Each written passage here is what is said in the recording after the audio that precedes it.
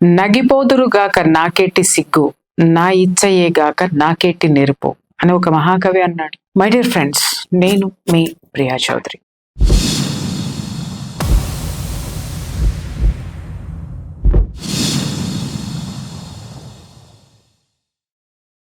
విషయం ఏంటంటే, నేను ఎలా అయినా ఉంటా, నేను ఏదైనా ఇప్పుకొని తిరుగుతా, అడగడానికి మీరెవరు అని మాట్లాడేటటువంటి కొన్ని నోళ్ళకి సమాధానం చెప్పాలనిపించింది. నిన్న శివాజీ ఎవరైతే ఉన్నారో, సినిమా యాక్టర్ శివాజీ ఒక వేదిక మీద అక్కడ ఉన్నటువంటి ఒక యాంకర్ని ఉద్దేశించి, చక్కటి కట్టు బొట్టు ఉన్నటువంటి యాంకర్ని ఉద్దేశించి 4 మంచి మాటలు చెప్పాడు. కాకపోతే ఆ మంచి మాటలు చెప్పేటటువంటి ఆత్రం అనుకోవాలా, లేకపోతే ఆ ఆదుర్ద అనుకోవాలా, లేకపోతే ఆనందం అనుకోవాలో, వార్నింగ్ అనుకోవాలో, ఆయన నోటి నుంచి 2 అన్‌పార్లమెంటరీ పదాలు రావడం అనేటటువంటి, దొర్లడం అనేటటువంటిది జరిగింది. అది ఒక్కసారి నేను మీకు చూపిస్తాను, చూడండి. మనమే దరిద్రం అనుభవించాల్సి వస్తమ్మా. ఏమనుకోవద్దు, హీరోయిన్లు అందరూ మీరు అనుకున్నా నాకు పోయేది లేదు, లాగి పీకుతాం మనం, అది వేరే విషయం. కానీ మీ అందం చీరలోనో, మీ అందం నిండుగా కప్పుకునే బట్టల్లోనే ఉంటుంది తప్పితే సామాను కనపడే దాంట్లో ఏముండదమ్మా.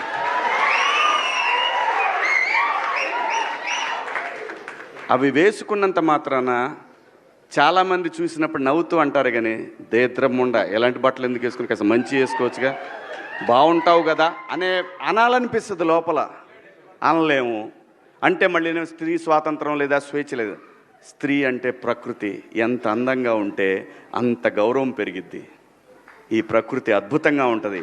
అలాగే స్త్రీ, మా అమ్మ చక్కగా ఎప్పటికీ గుండెల్లో కనపడతా ఉంటుంది, ఒక సావిత్రమ్మ కానీ, ఒక సౌందర్య కానీ. సో ఇదే అండి, మన శివాజీ గారు ఏం చెప్పారు అంటే, అమ్మ చక్కగా కట్టుబొట్టు చీరలో అందంగా అద్భుతంగా ఉన్నావు, చక్కగా ఉన్నావు. ఆడపిల్లలు నిండుగా ఉంటేనే, నిండుగా వస్త్రధారణ చేసుకుంటేనే అందంగా ఉంటారు. ప్రకృతి అంత గొప్పవాళ్ళు మీరు, ప్రకృతి ఎంత అందంగా ఉంటుందో చూడండి అని చెప్పి మాట్లాడుతూ, ఆయన వాడకూడనటువంటి పదాలు ఒక 2 ఆడవాళ్ళని కొంచెం పరుష పదజాలం ఉపయోగించాడు. అలాగే సామాను అనేటటువంటి పదాన్ని ఉపయోగించాడు. అదిగో అక్కడే వచ్చిందబ్బా తిప్పలు. విషయం ఏంటంటే, అంతసేపు శివాజీ గారు మంచే చెప్పారు, కానీ నోటి దూలతోటి ఈ 2 పదాలు దొరలటం అనేటటువంటిది ఒక విధంగా చెడు జరిగితే, మరొక విధంగా ఈ లోకానికి మంచి జరిగిందని మాట్లాడతాను నేను. ఎందుకు అనంటే, అతను కనుక మామూలుగా పొగిడి ఉన్నట్టయితే అసలు ఈ దునియా అటువైపు చూసేది కాదు, ఆ కట్టుబొట్టు గురించి మాట్లాడుకునేటటువంటిది కాదు. కానీ నేనెప్పుడు మాట్లాడతాను చూసారా, విశ్వం అప్పుడప్పుడు మనకు ఒకటి గుర్తు చేస్తూ ఉంటుంది మన బాధ్యతనని. ఆ విధంగా ఇలాంటి సందర్భాల్లో విపరీతమైనటువంటి వస్త్రధారణతోటి జనాలు విచ్చలవిడితనం, విశృంఖలత్వాన్ని, స్వేచ్ఛ అనేటటువంటి పేరు పెట్టుకొని సమాజాన్ని భ్రష్టు పట్టిస్తున్నటువంటి సందర్భంలో మొట్టికాయలు వేయడానికి ఇలాంటి వాళ్ళ చేత ఇలాంటి మాటలు వస్తాయి. ముందుగా శివాజీ గారు మాట్లాడినటువంటి ఆ 2 మాటల్ని ఫస్ట్ ఖండిస్తూ, అలాగే శివాజీ గారు ఈ విధంగా మాట్లాడినందుకు ఆయన క్షమాపణ చెప్పడం కూడా జరిగింది. ఆయన తను ఏదైతే అన్‌పార్లమెంటరీ వర్డ్స్ మాట్లాడారో, అన్‌పార్లమెంటరీ వర్డ్స్ మాట్లాడినందుకు చక్కగా సవినయంగా సమాధానం చెప్పి క్షమాపణ అడిగారు.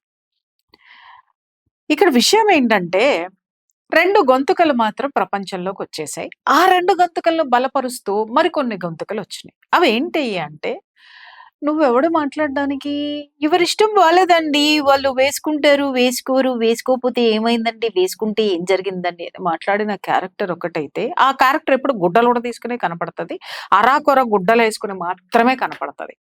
ఇంకొక క్యారెక్టరు, నువ్వు మట్టెలేసుకో, నువ్వు బొట్టు పెట్టుకో, నువ్వు ఇది చేసుకో, ఈ క్యారెక్టర్ని మాత్రం తవడ పగలగొట్టినా తప్పే లేదండి. ఎందుకు అనంటే, అసలు ఈ క్యారెక్టర్‌కి ఏం అర్హత ఉందని దాని గురించి మాట్లాడుతది. మట్టెలేసుకో, బొట్టు పెట్టుకో అనంటే, ఆడదాని హక్కుల కోసం కొట్లాడుతున్నానని, ఆడదాని హక్కు అయినటువంటి మట్టెలని, బొట్టుని సింధూర్ అది ఎంత పవర్‌ఫుల్లో ప్రూవ్ చేసిన మన దేశ ప్రధాని సత్తా ఏంటో చాటి చెప్పి, ప్రపంచానికి సింధూర్ సత్తా చాటి చెప్పినటువంటి పవర్‌ఫుల్ సింధూర్‌ని ఎలా హేళన చేస్తదండి? అలాగే ఆడవాళ్ళ ఐదో తనానికి ప్రతీక అయినటువంటి మట్టెలని తీసుకెళ్ళి ఒక మగాడిని పెట్టుకోమంది అంటే ఆమె ఎవరిని గేలి చేస్తుంది? మగవాడిని కాదండి, ఆడవాళ్ళని. ఏ ఆడవాళ్ళని గేలి చేస్తుంది?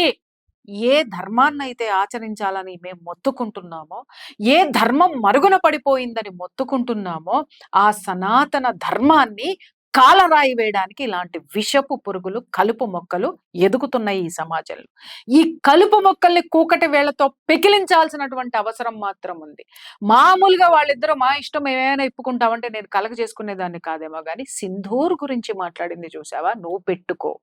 అలాగే ఆడదానికి ఐదో తనమైనటువంటి భారతదేశం యొక్క స్త్రీ చిహ్నమైనటువంటి ఏది మాంగళ్యం ఎంత పవిత్రంగా చూస్తుందో, అది ఎంత విలువైనదో, మట్టెలు కూడా ఒక వివాహిత స్త్రీ యొక్క గౌరవాన్ని సూచించేటటువంటి దాన్ని తీసుకొని వెళ్ళి మగవాణ్ణి పెట్టుకొని మాట్లాడడం ఏంటండి? అంటే దానికి విలువ ఇవ్వవా నువ్వు?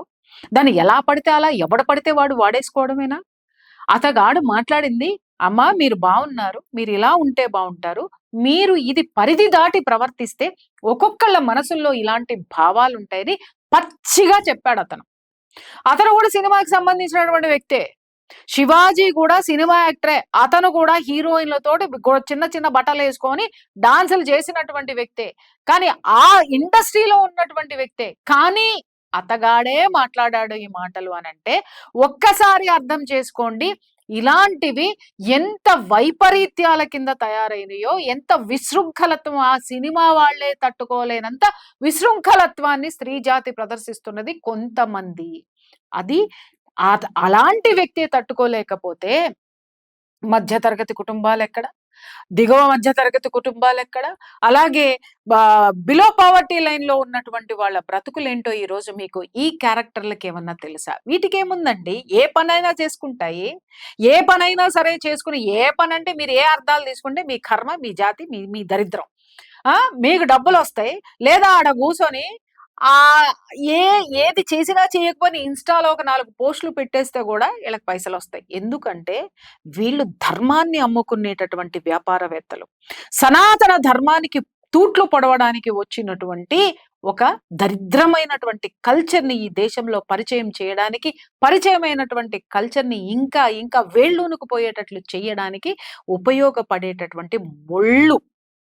కాబట్టి ఈ ముళ్ళని పీక వేయకపోతే ఈ సనాతన ధర్మం యొక్క పాదాలకి గుచ్చుకొని సలుపుతూ ఉంటాయి. ఎప్పటికీ కూడా సరిగ్గా నడవలేనటువంటి స్థితిని తీసుకొస్తున్నటువంటి ఈ జాతిని మాత్రం ఉపేక్షించే ప్రసక్తే లేదు. ఒక ఆమె మాట్లాడుతుంది, ఒక అమ్మ మాట్లాడుతుంది, మా అబ్బాయి అడిగాడు, నువ్వు ఇలా ఎందుకు బట్టలు వేసుకుంటావు, అరాకొర బట్టలు వేసుకుంటావు ఎందుకు అని అడిగాడు. ఇది ఇట్స్ మై చాయిస్ అని నేను చెప్పాను. నా కొడుకు కూడా మాట్లాడేటటువంటి హక్కును నేను ఇవ్వలేదు అని మాట్లాడింది. ఏం తల్లివమ్మా? నీ బిడ్డ ఆ ప్రశ్న నిన్ను వేశాడు అనంటే ఆ బిడ్డ బయట ప్రపంచంలో నువ్వు వేసుకునే దుస్తుల పట్ల, నువ్వు చేసేటటువంటి దరిద్రాల పట్ల ఆ బిడ్డ బయట ప్రపంచం నుంచి ఎన్ని కామెంట్స్ ఎదుర్కొని ఉండుంటాడో ఆ విధంగానే ఆ పెయిన్ తోటే నీ బిడ్డ నిన్ను ప్రశ్నించాడు. అమ్మ బయట ఎలా అంటున్నారు అని చెప్పలా. ఎందుకంటే ఆ పిల్లవాడిలో ఎక్కడో ఒక చోట కొంత తల్లి పట్ల గౌరవము, ప్రేమ, ఆ మర్యాద ఉన్నాయి.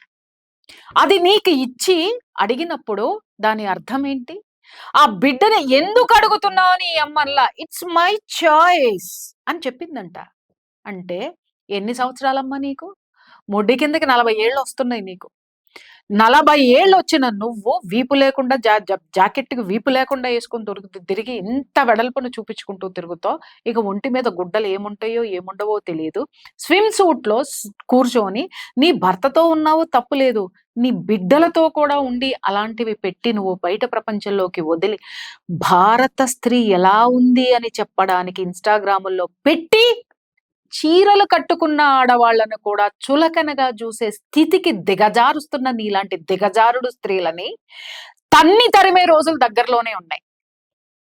ఉపేక్షించే ప్రసక్తే లేదు. ఎందుకంటే చెప్పి చెప్పి చెప్పి చెప్పి చెప్పి చెబుతూనే ఉన్నాం, కానీ కొంతమంది మారేటట్టు కనిపించట్లేదు.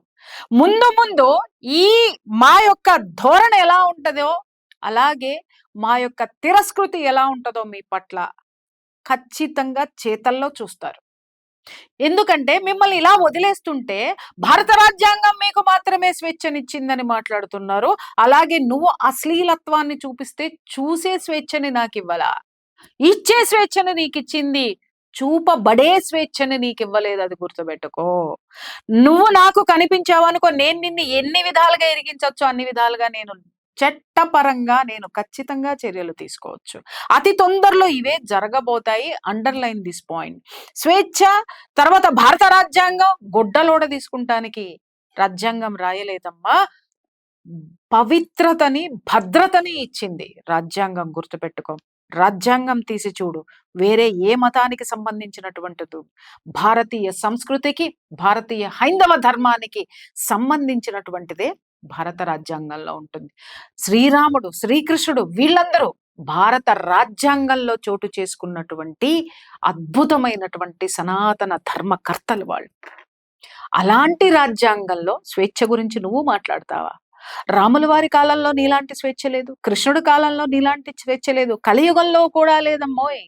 ఈ మధ్య కాలంలోనే కొన్ని దశాబ్దాలుగా ఈ యొక్క హైందవ సంస్కృతిని తూట్లు పొడిచి, ధర్మాన్ని కాలరాసి, ఎవరి మనసుల్లోనూ ధర్మం అనేది, నీతి అనేటటువంటిది లేకుండా చేసి, ఈ దేశాన్ని, యువతని ఎందుకో పనికి రాకుండా నీలాంటి బరి తెగించినటువంటి బజారు మనుషులు ఉన్నటువంటి ఈ యొక్క వ్యక్తిత్వాన్ని అందరికీ పరిచయం చేసి, యువతని పెడద్రోవ పట్టించి, ఈ దేశపు యువత ఈ దేశం పట్ల గౌరవం లేకుండా చేసి, స్త్రీల పట్ల గౌరవం లేకుండా చేసి, ఈ యువత ఇలాగే ఉందని ప్రపంచానికి చాటి చెప్పేటటువంటి మీ చేష్టలు ఏవైతే ఉన్నాయో, ఆ చేష్టలన్నిటికీ ఉరికిచ్చి కొట్టేటటువంటి రోజులు వస్తాయని హెచ్చరించి చెబుతున్నాను. అలాగే కొంతమంది మాట్లాడుతున్నారు, నువ్వెవడ్రా శివాజీ మాట్లాడడానికి, నిన్ను కొట్టాలరా, మరి చీరలేసుకుంటే జరగట్లేదా అని అంటున్నారు. ఒక్కటి గుర్తుపెట్టుకోండి, చీరలేసుకున్నా జరుగుతున్నాయి, చిన్నపిల్లల మీద జరుగుతున్నాయి, అలాగే చీరలు వేసుకోకుండా జరుగుతున్నాయి. చీరలు వేసుకోకుండా జరుగుతున్నాయి అనంటే పబ్లిక్ లో జరుగుతున్నాయి, వేసుకున్న ఎక్కడ జరుగుతున్నాయి. అలాగే అన్నిటినీ తీసుకొచ్చి ఒక ఘాటి మీదకి తీసుకొని వచ్చి తెలివిగా మాట్లాడుతున్నామని మాట్లాడతారేమో. గుర్తు పెట్టుకోండి, ఇలాంటి దరిద్రమైనటువంటి స్త్రీలు చేసే అంగాంగ ప్రదర్శన చీరలు వేసుకున్న స్త్రీ పట్ల కూడా వాడికి ఇలాంటి భావన కలగచేస్తుంది. పవిత్రత అనేటటువంటిది 70% తుడిచిపెట్టుకుని పోతే మిగిలినటువంటి 30% మీద ఆ 70% యొక్క పరిస్థితి, ఆ ఎఫెక్ట్ వీళ్ళ మీద పడుతుంది. అది ముందు ఈ సోకాల్డ్ అర్బన్ నక్సల్స్ గుర్తు చేసుకోవాల్సినటువంటి అవసరం ఉంది. రెండో విషయం, చాలా మందిని తీసుకోండి, ఉమెన్ ఎంపవర్మెంట్ లో ఉన్నటువంటి వాళ్ళని తీసుకోండి, ఎంత సాంప్రదాయబద్ధంగా వాళ్ళు ఉంటున్నారు. టీవీలో కూర్చొని ఉమెన్ ఎంపవర్మెంట్ గురించి మాట్లాడే వాళ్ళు కూడా చీరలే కట్టుకుంటున్నారండి. మరి వాళ్ళు కూడా ఏం మాట్లాడుతున్నారంటే, నేనే వేసుకోవాలి, నువ్వెందుకు చెప్పాలి, నా ఆళ్లే వేసుకోవాలి, నువ్వెవరు చెప్పడానికనంటే, మరి నువ్వెవరివి? వీళ్ళు ఇదే వేసుకుంటారని చెప్పడానికి నువ్వెవరివి? నా దేశానికి ఒక ధర్మం ఉంది, ఆ ధర్మానికి ఒక సంస్కృతి ఉంది, ఆ సంస్కృతికి ఒక సాంప్రదాయం ఉంది. ఆ సాంప్రదాయాన్ని గౌరవించే తీరాలి నా దేశంలో. ఇప్పుడిప్పుడే ప్రతి ఒక్క హిందువు మేల్కొంటున్నాడు, ప్రతి ఒక్క సనాతనుడు మేల్కొంటున్నాడు, సంస్కృతిని వ్యాపింపచేస్తున్నాడు. చాలు, ఇంతవరకు మీరు చేసినటువంటి చేష్టలు చాలు, మీరు విశృంఖలత్వాన్ని పెంచి పోషించింది చాలు, దాని ద్వారా యువతని, స్త్రీలని నాశనం చేసింది చాలు. ఇంకా ఉపేక్షించేటటువంటి స్థితిలో ఈ జాతి, ఈ స్త్రీలు, ఈ సంస్కృతిని గౌరవించేటటువంటి ప్రతి ఒక్క సనాతనులు తిరగబడుతున్నారు. తరిమి కొట్టే రోజు కూడా అతి దగ్గరలోనే ఉందని మాట్లాడుతున్నాను నేను. మర్యాద, నోరు నాలుక దగ్గర పెట్టుకొని మాట్లాడండి. మీరెవరు అని మీరు మాట్లాడినప్పుడు మీరెవరని క్వశ్చన్ ఇటు నుంచి కూడా వస్తుంది. సమాధానం చెప్పండి. చెప్పలేకపో అడ్డదిడ్డాలుగా మాట్లాడడం, అడ్డగోలుగా మాట్లాడేటటువంటి వ్యవహారాలు మీరు మొదలు పెడితే పులి స్టాప్ ఎక్కడ పెట్టాలో కూడా మా అందరికీ తెలుసు. ఈ రోజు మాధ్యమాలు ఉన్నాయి కదా అని ఇష్టం వచ్చినట్టు కూర్చొని మాట్లాడితే ఇప్పటికే సంస్కృతిని తగలబెట్టేసినటువంటి చరిత్రల్లో నుంచి సంస్కృతిని బిల్డ్ చేసుకునేటటువంటి, తిరిగి పునర్నిర్మించుకునేటటువంటి దశలోకి ప్రతి ఒక్క సనాతనుడు, సనాతని అడుగులు వేస్తున్నారు, బలంగా అడుగులు వేస్తున్నారు. ఆ అడుగుల కింద నలిగి చావకుండా మారండి. సంస్కృతిని గౌరవించండి, భరతమాతని గౌరవించండి, భారత స్త్రీ యొక్క అస్తిత్వాన్ని కట్టు బొట్టుని గౌరవించండి. అలా కాకుండా స్టేజ్ల మీద విచ్చలవిడితనంగా మీరు చేసేటటువంటి వ్యవహారాలే ఇవాళ 10 మందిలోకి వెళ్తే కూడా యువత మీ మీద ఎందుకు అంత ఆత్రంగా పడుతుంది అనంటే గౌరవాన్ని మీరు ఇవ్వలేదు. సమంత గారు చీర కట్టుకుని వెళ్ళారు, అయినా సరే ఎందుకున్నారు అని మాట్లాడితే సమంత గారు కూడా ఎన్ని వేషాలు వేశారు ఆవిడ. ఆ వేషాలన్నీ చూసి ఆవిడ ఎదురుగుండా కనపడగానే చీర కట్టుకున్నా కూడా ఆమెని టచ్ చేయాలని చూశారు. మిగిలిన వాళ్ళని ఎందుకు టచ్ చేయరండి? ఎందుకు టచ్ చేయరు? ఎదవ కూతలు కుయ్యకండి, ఎదవ లాజిక్లు మాట్లాడకండి. మాట్లాడితే అంతే లాజిక్ తోటి తిప్పి కొట్టడానికి సిద్ధంగా ఉన్నాం. ఇంకొక విషయం కూడా నేను చెప్తున్నాను, ఈ యొక్క స్థితి మీద మట్టలు మీరు పెట్టుకోండి, బొట్టు మీరు పెట్టుకోండి అని వాగిన నోళ్ళకి ప్రతి ఒక్క సనాతని సమాధానం చెప్పండి, చెప్పుతో కొట్టినట్టు సమాధానం చెప్పండి. ఇలాంటి నోళ్ళు, ఇలాంటి ట్వీట్లు రావడానికి వీల్లేదు. వచ్చినవా తిప్పి కొట్టే తీరాలి, వీళ్ళని తరిమి కొట్టి తీరాల్సినటువంటి అవసరం ఈ రోజు మనకి చాలా ఉంది. మన ముందు ఉన్నటువంటి బాధ్యత. భారత్ మాతాకి జై.